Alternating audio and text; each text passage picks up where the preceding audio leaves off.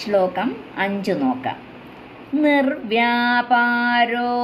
നിഷ്കാരണമജഭജസേ യത്ക്രിയാമീക്ഷണാഖ്യാം തേനൈവോദേതി ലീനാ പ്രകൃതിരസതി കൽപ്പാപി കൽപ്പാദികാലേ തസ്യാ സംശുദ്ധമംശം കമപി തമതിരോധായകം സത്വരൂപം സത്വം ധൃത്വാ ദധാസി സ്വമഹിമ വിഭവാഗുണ്ഠ വൈകുണ്ഠരൂപം. നമ്മൾ ഈ പദ്യങ്ങൾ പിരിക്കുക എന്ന് പറഞ്ഞാൽ അതിനകത്ത് സന്ധി വിച്ഛേദമുണ്ട്, പദച്ഛേദമുണ്ട്. ചിലയിടത്ത് സന്ധികൾ വരും, അത് നമ്മൾ വിച്ഛേദിക്കണം. അതാണ് ഞാൻ നേരത്തെയൊക്കെ പറഞ്ഞത്. സന്ധി വിച്ഛേദമെന്നും പദച്ഛേദമെന്നും വാക്കുകൾ ഉപയോഗിച്ചില്ലെന്നേ ഉള്ളൂ. അതിനെ പിരിച്ച് പറയുകയായിരുന്നു. അപ്പം ഇതിനകത്ത് നിർവ്യാപാരഃ അപി, നിർവ്യാപാരോപി, അവിടെ സന്ധിയുണ്ട്. ആ സന്ധിയാണ് നമ്മൾ വിച്ഛേദിച്ചിട്ട് നിർവ്യാപാരഃ പ്ലസ് അപി, അതാണ് നിർവ്യാപാര അപി. നിർവ്യാപാരഃ അപി നിഷ്കാരണം അജ ഭജസേ യത് ക്രിയാം ഈക്ഷണ ആഖ്യാം. നിഷ്കാരണം അജ, നിഷ്കാരണം പ്ലസ് അജ, അതാണ് നിഷ്കാരണമജ. അവിടെ മാ വന്നു, അവിടെ സന്ധിയുണ്ട്. നിഷ്കാരണമജ ഭജസേ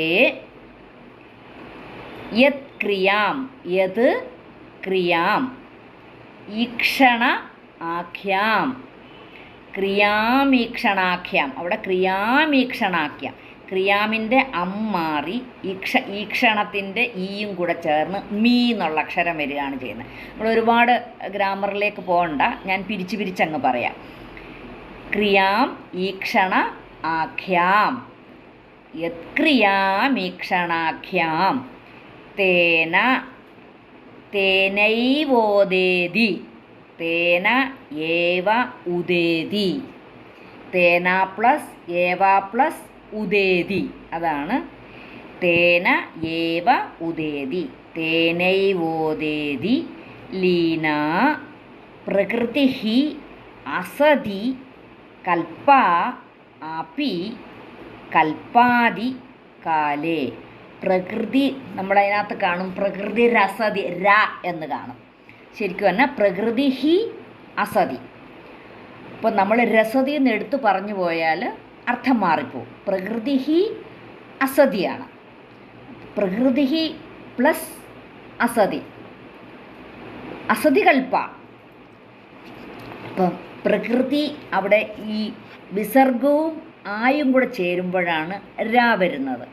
അപ്പോൾ പ്രകൃതി രസതി ഒരുമിച്ച് ചൊല്ലും, പ്രകൃതി രസതി.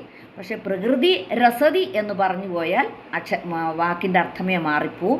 പ്രകൃതി രസതി കൽപ്പാപി, പ്രകൃതി രസതി കൽപ്പാപി എന്നാൽ അവിടെ ഒരു ആ വരണം നമുക്ക്. എന്നാൽ പ്രകൃതി അസതി എന്ന് പറയാൻ പറ്റുമോ? അത് പറ്റത്തില്ല. അതുകൊണ്ട് പ്രകൃതി രസതി കൽപ്പാപി കൽപ്പാദി കാലേ തസ്യാഹ സംശുദ്ധം. തസ്യാഹ പ്ലസ് അവിടെ ഇല്ല, തസ്യാഹ വിസർഗം. സംശുദ്ധം അംശം, സംശുദ്ധം പ്ലസ് അംശം. അവിടെയാണ് സംശുദ്ധം കഴിഞ്ഞിട്ടാണ് അവിടെ ഒരു പ്ലസ് വരുന്നത്. വെച്ചാൽ അവിടെയാണ് സന്ധി വരുന്നത്, സന്ധി വിച്ഛേദിക്കുന്നത്. തസ്യാഹ സംശുദ്ധം അംശം കമപി തം അതിരോധായകം തസ്യാ സംശുദ്ധമംശം കമപി തമധിരോധായകം, തം അതിരോധായകം. തം പ്ലസ് അതിരോധായകം, തമതിരോധായകം സത്വരൂപം. തസ്യാ സംശുദ്ധമംശം, തസ്യാഹ സംശുദ്ധം.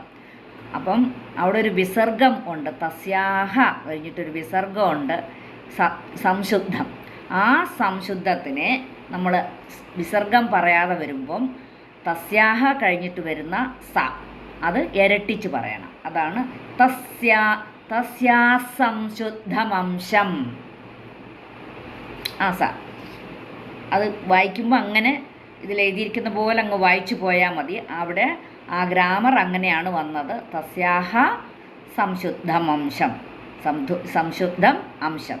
അപ്പം തസ്യാ സംശുദ്ധം അംശം കമപി തം അതിരോധായകം തമതിരോധായകം സത്വരൂപം സഹ ത്വം ധൃത്വാ ദധാസി സ്വമഹിമവിഭവാഗുണ്ഠ സ്വമഹിമ വിഭവ അഗുണ്ഠ സ്വമഹിമ വിഭവ അഗുണ്ഠ വൈകുണ്ഠ രൂപം. നിർവ്യാപാരോപി നിഷ്കാരണമജ ഭജസേ യത്ക്രിയാമീക്ഷണാഖ്യാം തേനൈവോദേതി ലീനാ പ്രകൃതിരസതി കൽപ്പാപി കൽപ്പാദികാലേ തസ്യാ സംശുദ്ധമംശം കമപി തമതിരോധായകം സത്വരൂപം സത്വം ധൃത്വാ ദധാസി സ്വമഹിമവിഭവാഗുണ്ഠ വൈകുണ്ഠരൂപം.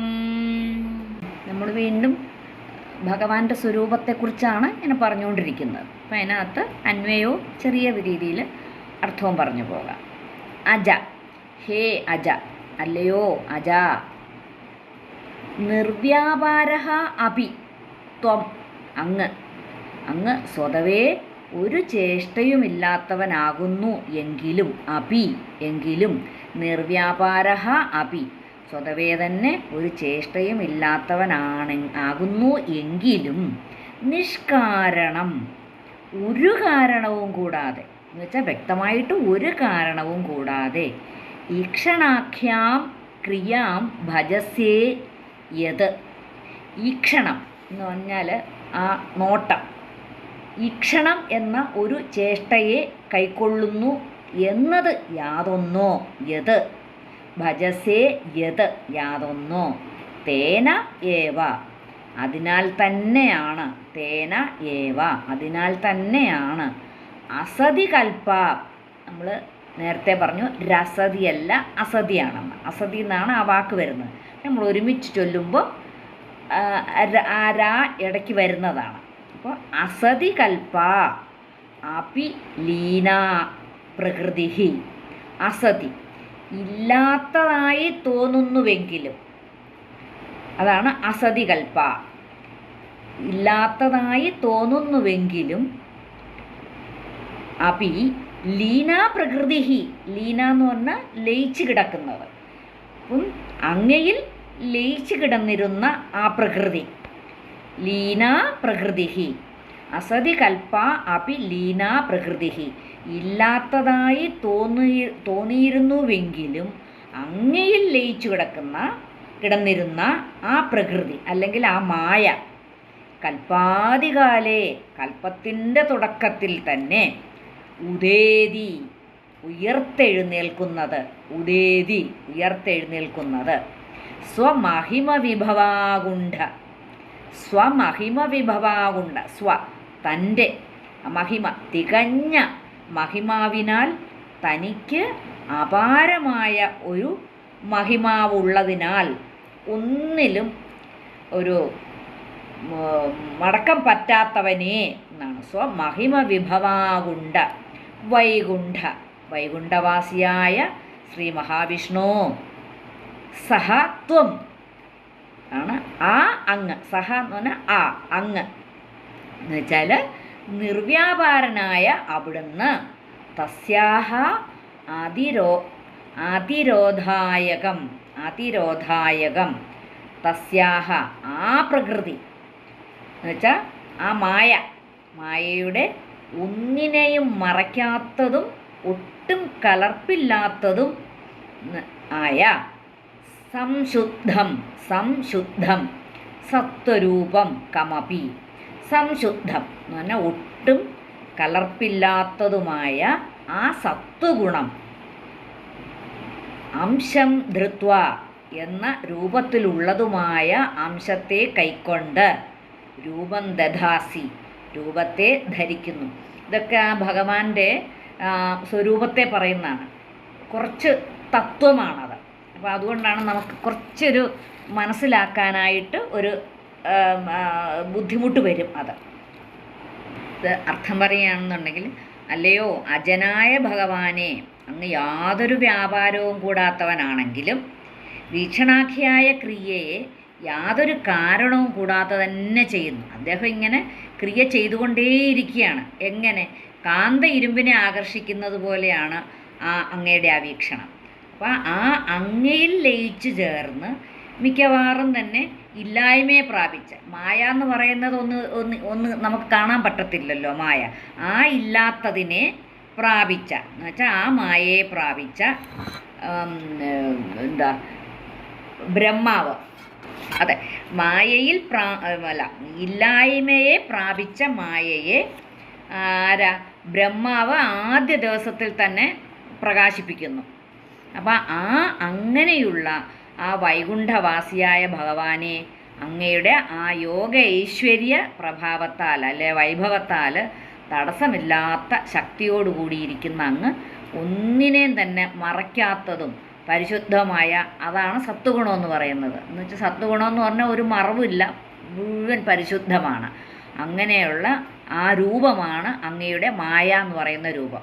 അപ്പോൾ ആ ഒരു അംശത്തെ സ്വീകരിച്ചിട്ട് ആ ലീലാവിലാസങ്ങളെ സ്വീകരിച്ച് നമുക്കെല്ലാം ഒരു ലീലയായിട്ട് പ്രകാശിക്കുകയാണ് ആ ഗുരുവായൂരപ്പൻ എന്നാണ് പറയുന്നത്.